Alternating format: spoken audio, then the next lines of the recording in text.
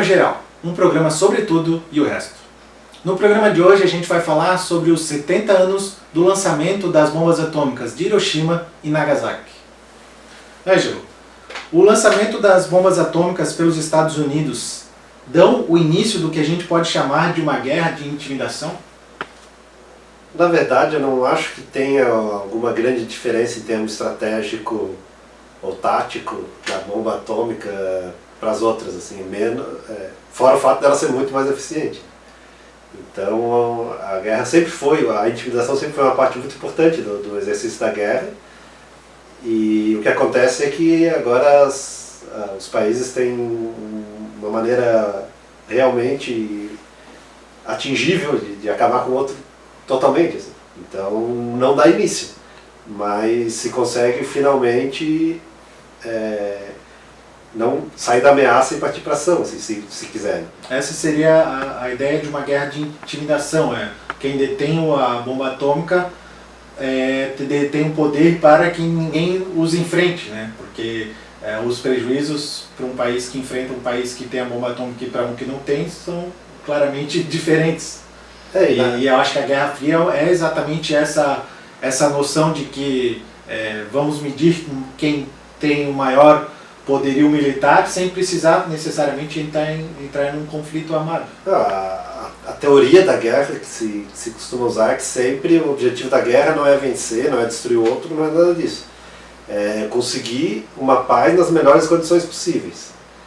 Então a guerra sempre é pensada a partir do seu fim, assim, tu faz as coisas pensando como que vai ser quando a guerra terminar.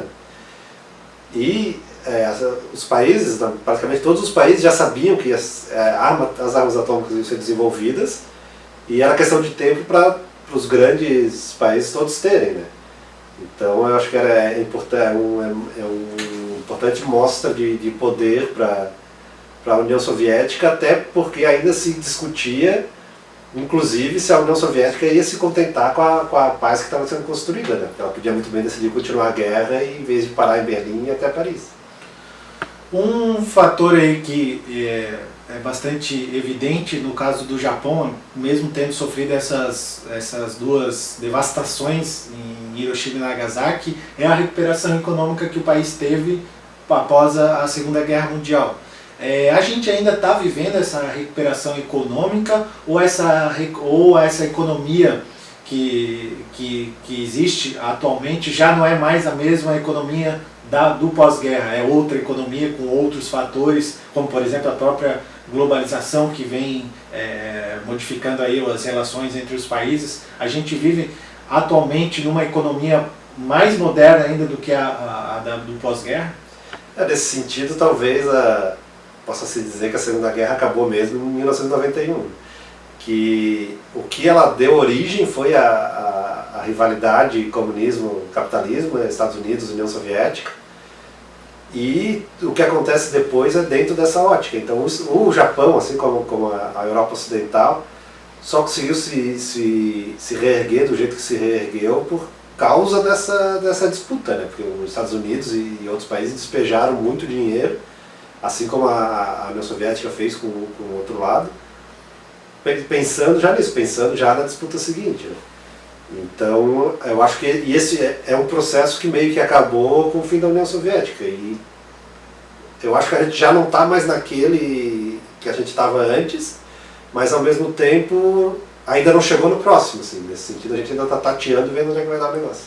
A recuperação econômica do Japão, ela é visível, é um país dos mais influentes na economia global.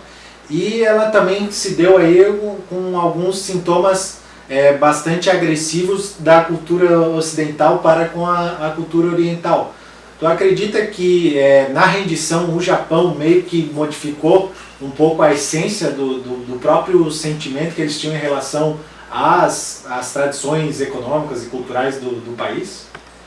Eu acho que o que não dá é falar numa essência permanente. Assim. Eu acho que aconteceu mudanças muito grandes culturais no Japão, como toda a guerra traz, e como principalmente tu perdeu uma guerra traz. E se mudou algumas coisas, outras não se mudou, outras se mudaria de qualquer jeito.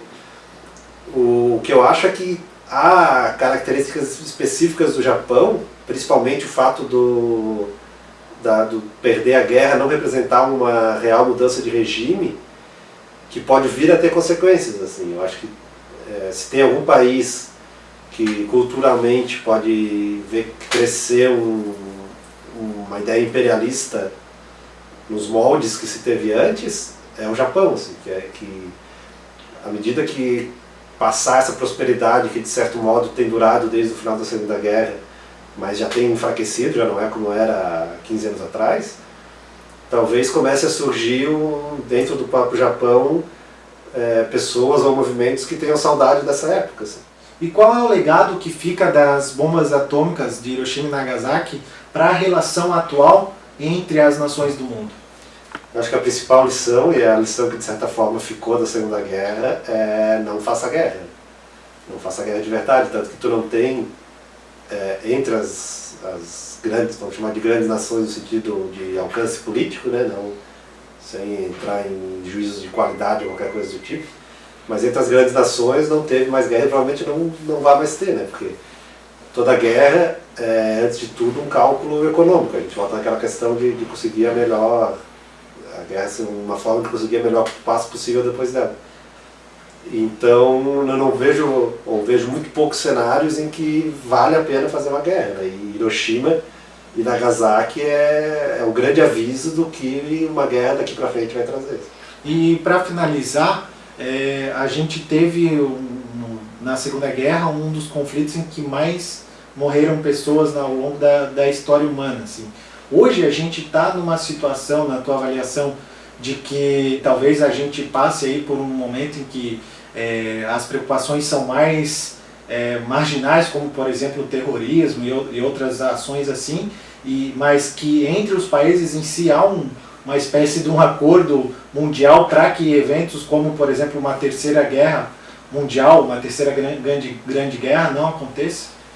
Eu acho que é um acordo no sentido mais prático, assim, porque ele advém não da conversa ou do debate, né? Advém daquilo que é a principal marca da relação internacional, que é a força.